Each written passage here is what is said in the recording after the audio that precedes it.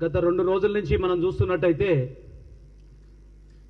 The great star public star అంటారు చాలామంది.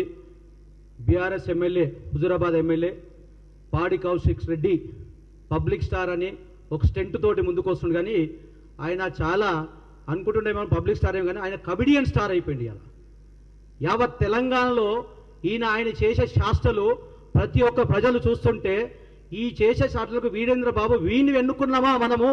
ఒక హుజూరాబాద్ ఎమ్మెల్యేకి ఒక కమిడియన్ స్టార్ని ఎన్నుకొని మన కాన్స్టిట్యూన్సీ ఒక ఇజ్జత్ తీసుకుంటున్నామని యావత్ తెలంగాణలో కాదు వాళ్ళ కాన్స్టిట్యూన్సీలో కూడా అనుకుంటారు.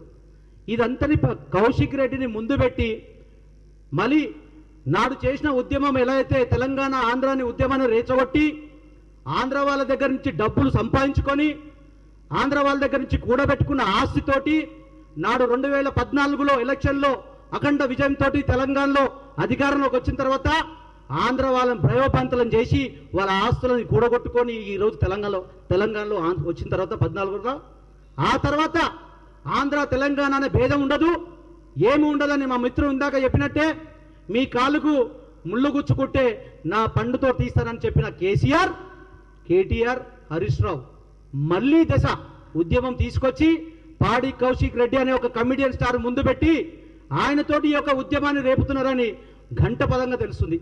ఈరోజు యావత్ తెలంగాణ ప్రజలు గుర్తు చూసుకోవాలి. ఇలాంటి బీఆర్ఎస్ నాయకులు చేస్తున్న వికృత శాతలకు ఏమైనా మీకున్నదా? నాడు 10 సంవత్సరాల నుంచి ఉన్న ఆంధ్ర ఎమ్మెల్యేలే కానీ ఎవరైనా కానీ వాళ్ళకు గుర్తు రాలేదు. అప్పుడు మనం చూసుకున్నట్టయితే ఆర్కేపుడే గాంధీ కానీ జూబ్లీస్ మన మావగడ్డి గోపీనాథే కానీ వీళ్ళందరూ వాళ్ళకి సంబంధించింది కదా. మళ్ళీ అప్పుడు గుర్తురాంది ఇవాళ నువ్వు ఎక్కడి నుంచి వచ్చి ఎక్కడ బతుకుతున్నావు అని అనడానికి ఎలాంటి కారణం ఉంది అంటే దీని యొక్క మళ్ళీ ఒక ఉద్యమంగా లేపడానికి కేసీఆర్ యొక్క మాస్టర్ ప్లాన్ ఇది. కేటీఆర్ యొక్క ఆలోచన, హరీష్ రావు ఒక అమలపరుస్తుడు. హరీష్ రావు అనేది ఒక పాడి కౌశిక్ అనే కమిడియన్ స్టార్ ముందు పెట్టి ఆటాడిస్తుడు. బేషరతుగా కేసీఆర్, కేటీఆర్ అదేవిధంగా హరీష్ రావు ఈ యొక్క ఆంధ్ర ప్రజలకు క్షమాపణ చెప్పాలి కంపల్సరీగా.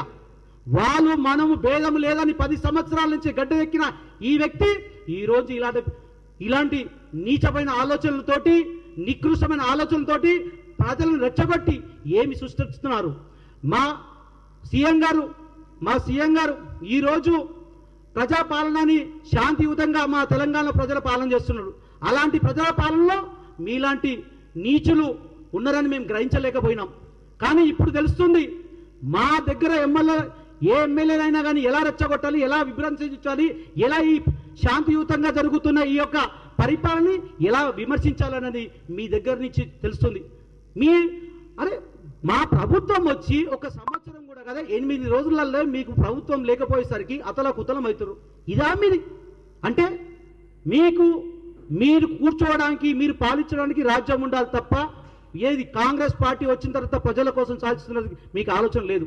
అదేవిధంగా చాలామంది అంటున్నారు ఇది ఎందుకంటే 2018లో నాడు బీఆర్ఎస్ ప్రభుత్వం ఉంది, అవునా కదా? నాడు 12 మంది ఎమ్మెల్యేని కాంగ్రెస్ పార్టీలో నుంచి బీఆర్ఎస్ పార్టీలో తీసుకున్నప్పుడు మరి మీరు ఏమిచ్చి తీసుకున్నారు? మీరు ఇలా